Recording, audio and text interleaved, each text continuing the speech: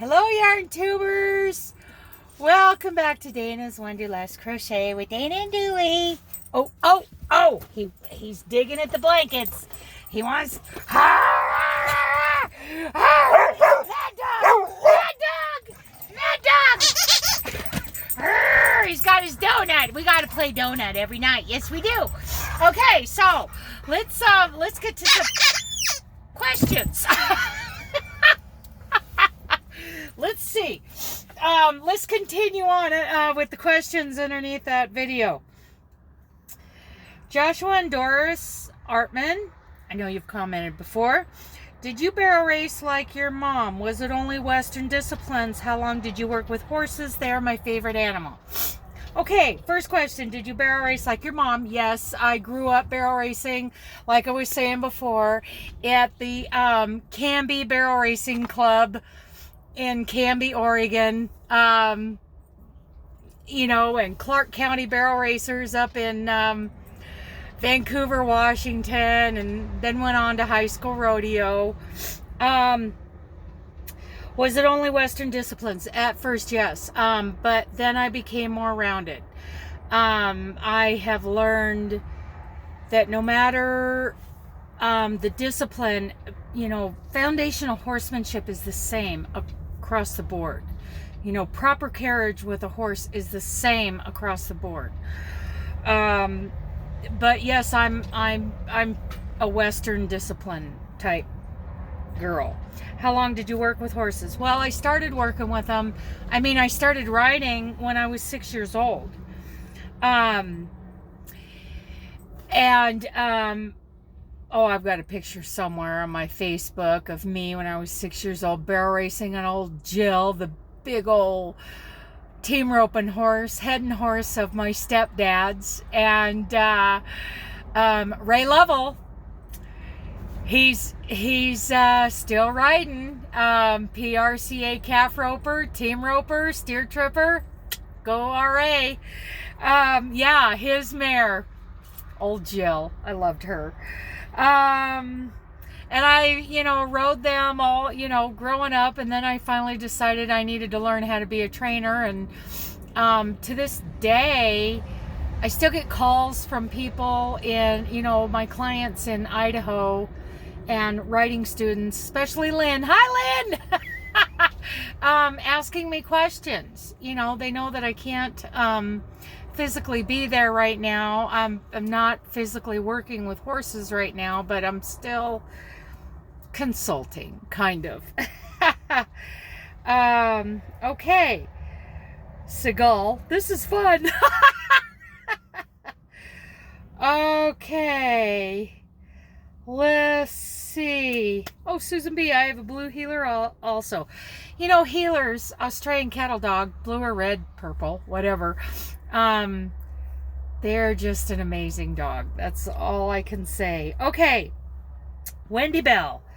As you are teaching your mom to crochet, who taught you to crochet and how long have you been crocheting? Also, is it hard to carry enough yarn on the truck? Okay, so like I said before, Mary Lane, it's spelled Gallegos, but it's Gallegos. The L's were silent. Mary Lane. I'm sure she's married and has a different last name now. But if anybody knows where this gal is, before I said the 4th grade, I think more like the 6th grade, I was over at Mary Lane's house and she was crocheting and taught me how to crochet. I think she must have given me yarn and a hook, because I didn't have that stuff. She had to have given it to me, because then I went home because I was visiting my dad for the summer, and when I went home, I was still working on that granny square. I was doing a terrible job on it, thinking back on it now, but Mary Lane, wherever you are, thank you, and I miss you, and I'm looking for you. Okay. That was, I want to say 6th grade. Yeah. And I just turned 52. It's not hard to carry enough yarn on the truck. Because you know, I can't work on too much when I'm on the road. I have to be pretty specific about what I'm going to work on the road and bring that yarn with me. I have plenty on the truck. Okay, so I got that one. Have I done Mosaic crochet? Lita Darkwolf, she's commented before. Lita, I have not tried the Mosaic crochet. It's something on, you know, on my bucket list. I have so many things, you know, I get these ideas while I'm driving down the road, and I would like to develop those ideas, some of these projects that I'd like to do and do tutorials on. But Mosaic, you know, it's something I want to try. Haven't done it. Okay, try it, Lita. There are lots of Mosaic tutorials. I think even Mikey from the Crochet Crowd has done tutorials on it. Okay. Oh. Let's see. Here we go. How did you get into crocheting and how long have you done it? Anika Karam. Okay. So I just answered that. Yeah, 6th grade. Let's just say I'm an adult now. And yeah, Mary Lane taught me how to do it, and I wish I could find her. She was a good friend. She was a very good friend. She was older than me by a few years. I think she was in junior high while I was still in grade school, but she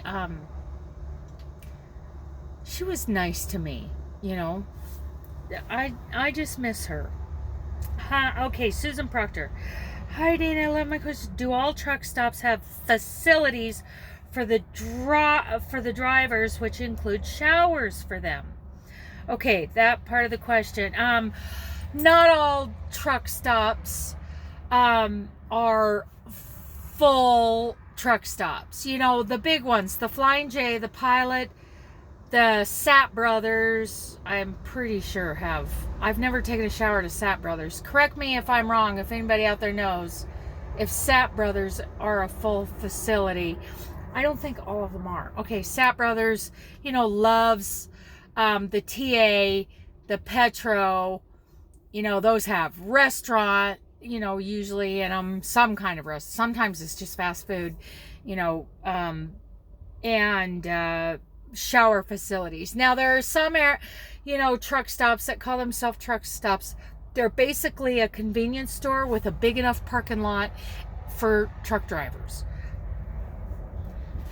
Good for me. I can bathe right here in the truck. And as you can tell, I've been doing that. But I do bathe right here in the truck. So I don't always have to go in. Also, I've heard that it isn't always safe for drivers when they're alone in the parking areas. Can you have Dooley with you whenever you need to be for protection? You know, I've heard stories, I've read stories about, you know, drivers who, you know, male and female, who have been attacked. It's usually by other drivers. It depends on where you're at. Okay, so here I am in Idaho. It's Idaho, okay? I'm not in Illinois. I'm not in the Atlanta area. The Atlanta area can be rough. Birmingham can be rough. I'm not in LA. You know, and it's part of the reason why, you know, when I park, I don't make a lot of presence outside. I'll go outside and take Dooley to do his thing. He's got to read the newspaper. But then I'm right back in the truck. Windows are locked. I don't live in fear. You know, I don't, you know, make a big show of being a female trucker walking around, making a presence, you know. But I don't live in fear either. I would be miserable out here if I was scared all the time. There are drivers out there, and I'm not going to say that that if they got attacked, it's their fault. Don't set yourself up, okay? this is a laborious job. Dress like it, act like it. We're not out here to be the prettiest truck driver and turn heads. I think that's a really, really bad idea. Now I'm not going to go out there, the reason I don't wear makeup is for convenience, and I'm really not that into beauty. There's nothing wrong with wearing makeup and making yourself presentable, but making yourself stand out in this environment, you're not at a club. I think it's inappropriate. I think you just increase your chances.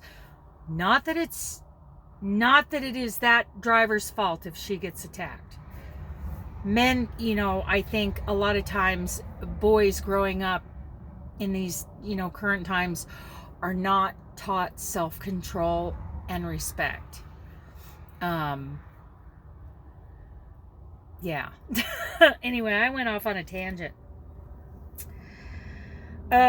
Dooley is not exactly a guard dog, but he is a deterrent in some ways. So I put magnets on each door that say dog on board, and honestly, I think that is somewhat of a deterrent. If someone's determined, they're going to get that door open and they're going to get in here. They might get what they're after, but they're not going to come away unscathed. Let's just say that. I do know how to protect myself. I've had a little bit of training, but and I do know how to protect myself, and I will fight if something like that happens. Anyway, blah blah blah. Hi Dana, where would you like to travel on a run if you could go anywhere in the continental United States or Canada? Well, I would love to take loads up to Alberta. We have like a dedicated line that goes from the Pacific Northwest up to Alberta to Calgary. And I would love to do that. Pretty much anywhere in the country. I don't have any problem driving. There are places that I like less. I really don't want to go to Southern California anymore. I don't even want to go to California anymore. And which is unfortunate. I have friends in California that I'd really like to go see again, but the state of California has made it tough on drivers. I love, when the weather's nice, I love driving in Montana, and I love driving over the Rocky Mountains in Colorado. Oh, that canyon. Oh my goodness, that canyon is breathtaking. And if any of you have ever driven in that canyon, you know what I'm talking about. I think my favorite run ever is between Fort Worth and Dallas. Mostly because of the memories of living out there in that part of Colorado. And I love those little Texas towns. If I am going through those little Texas towns on a Sunday afternoon, I can usually get my truck into every one of those little Texas towns. You drive up and you enter town, and there's a sign that says the Churches of Christ greet you. And I'm a member of the Church of Christ. So if I'm there on a Sunday evening, I will pull in and go to church. Usually their parking lots are big enough, or I can park on a side street real close to the church. And I've been able to do that a couple times. I love that. So I love that run, Fort Worth to Dallas, or to Denver. I haven't been to New England yet. I would like to. I'd like to experience that. I'd like to see my friend Crystal up there. Wouldn't it be cool if Crystal and Tracy Rossetti and Rosalie and I could all have dinner together? Wouldn't that be awesome? Who else is up there? Isn't Charlie up there? Charlie's in Pennsylvania. I'm sorry if I'm forgetting who all are in, the Northeast. Wouldn't that be fun? I would love that. So anyway, moving on. How long have we been going? Oh, 14 minutes. Okay. What is your Leslie M. What is your favorite store to buy yarn, or what stores do you have in Oregon, like Hobby Lobby or Michael's? Okay. Leslie, I like going to independent. We have an independent yarn shop there in Oregon City, actually in Redland. I took Carrie and her guy Jason there. It's called Knit a Bit. It's really nice. We have a Hobby Lobby, we have a Joann's, and we have a Michael's, and it depends on what we're looking for. Those are the stores we have in Oregon. I shop online too. I have purchased from Wool Warehouse and Love Crafts, and did I buy? Well, I bought from the Yarn Nut. I bought some ice yarns from her, and she even added a little extra. She's so sweet, Gia. Thank you. And now she's got paint box yarns. Whoop whoop. So some onlines, but yeah, in Oregon we have Hobby Lobby, Michael's, Joann's. We have local yarn shops. Lots of local yarn shops. Okay, let's just do a couple more. Oh, here's a question from Laura, the loser. Loser. How are you going to feel when I win Crochet Wars? You are such a loser. Oh, honey. Too late. I already won.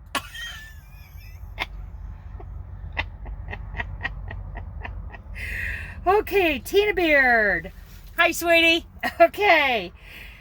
My question is, what is your favorite thing to crochet, and what is the most difficult project you have completed, or the one you're most proud of? Waving at you from Flying J in LaSalle, Illinois. I've been there so many times, and I have never met Tina. Okay. I am proud of a couple of different projects I've done. My sea turtle blanket that I did for my niece. For her son David.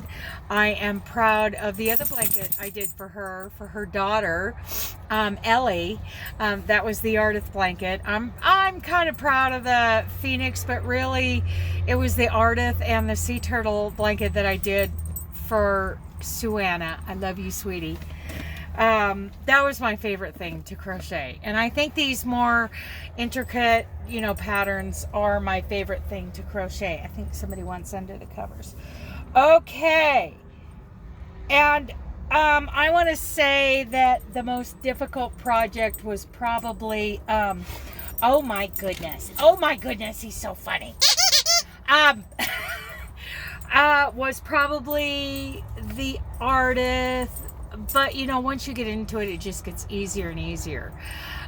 Each project has its own set of challenges. As you continue to improve your skills, and you expand, you exercise, you stretch yourself. So I'm not sure I can give a real specific answer for that. Mama K Crochet. Oh, she loves some of that Crafter's Secret from Hobby Lobby. What is going on here? What is going on here?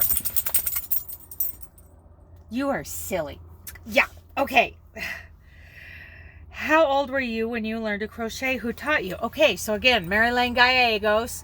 And I want to say, was it 6th grade? Because I was going to school, I'm pretty sure, in Oregon City, and Mary Lane lived in the Dalles, and of course I was there for the summer to visit my father. That's how I got into crocheting. Karen Foltz. Okay, excuse me, somebody needs to be, this is what happens every night. Okay, do you want to get under the covers? There he goes. Okay. He's getting irritated with me because I'm not, oh my goodness. Oh my god. Okay. Ow. Oh. He's gonna headbutt me. Hi. Well, you want it under there. Okay. Julie Nicholson. I'll accept New England. What is your favorite place to visit for business? There's so many beautiful. Glacier. Okay, so where? Oh yeah, Yosemite, Crater Lake, and Oregon coast. My favorite places to visit Okay, so the thing about truck drivers is we've been everywhere and we've seen nothing. Some of them, some drivers like my friend Peter, he's really good at, of course, that guy, he pushes really hard so he can get there early, he can park, and then he has time to relax and play. And he has gotten to explore a little bit more than I have. I pretty much see things from the freeway. The first time I saw the archway in going across Interstate 80 in Nebraska, I thought that was great. So here's what I'd like to save up for. I'd like to start saving up. Well, I have been saving up until I had to get x-rays on the dog. I'm going to convert an ambulance into a camper. Van life. I have lots of plans for that, and to travel, and I want to see all the national parks. I want to see all the national parks, historic monuments. I want to see those kinds of things, the natural things. I want to see, maybe some Civil War battlefields. I want to explore Canada. But I think my favorite, like I said, my favorite, Fort Worth to Denver, and some of you may think that's boring and flat and ugly, but I love that run. I really do. Okay. Oh, one more. Diana Pulido. I didn't know you. Sorry to hear about your husband. I love you for fulfilling his dream. How did I meet him? Well, I told you about how my crochet journey started, but how did I meet Wayne? Match.com. I met him on Match.com. Oh yeah, all kinds of red flags that I should have paid attention to, but you know what? It all worked out in the end, other than losing him. Yeah. I met Wayne on Match.com. How pathetic is that? Anyway, it's been way too many minutes, and I have more questions that I can do next time. All right. I love you guys. Bye.